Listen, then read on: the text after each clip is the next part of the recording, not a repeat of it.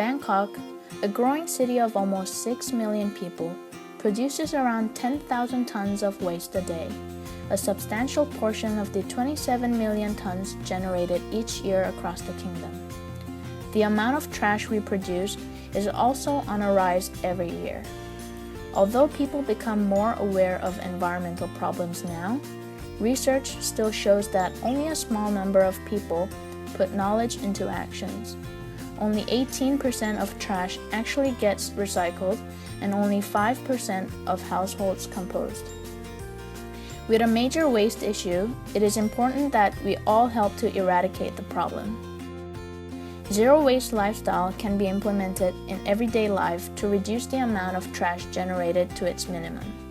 Zero waste means that no trash is sent to landfills and incinerators. This lifestyle can be seen as an ongoing trend that many people adopt. For example, Lauren Singer, one of the well-known youth in the zero-waste movement, showed the amount of trash that she generated in the course of 3 years in this small jar. This may seem extreme and impossible for us Bangkokians to adopt this lifestyle, but we will show you easy steps to take for a zero-waste lifestyle. 1. Apart from getting involved with reduce, reuse, recycle, you can also refuse. Perhaps the most you can do is refuse everything that will become trash. The amount of plastics we consume every day is amazingly large. 8.1 million of plastic bags are used by Bangkokians every day, and this number does not include other plastic packaging and products. More than 1/3 of all plastic is disposable packaging, like bottles and bags, many of which end up littering the environment. So carry your own bags, bottles, and containers, which will help you a lot when you want to refuse. 2. Shop secondhand. It is estimated that CO2 emissions associated with clothing account for 3% of global emissions.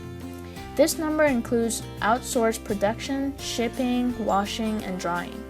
Shopping secondhand saves good clothing from a landfill and reduces the overall demand for clothing production. So instead of buying cheap goods when they are on sale, you can shop secondhand products that are as cheap or even cheaper without contributing too much to the CO2 emissions.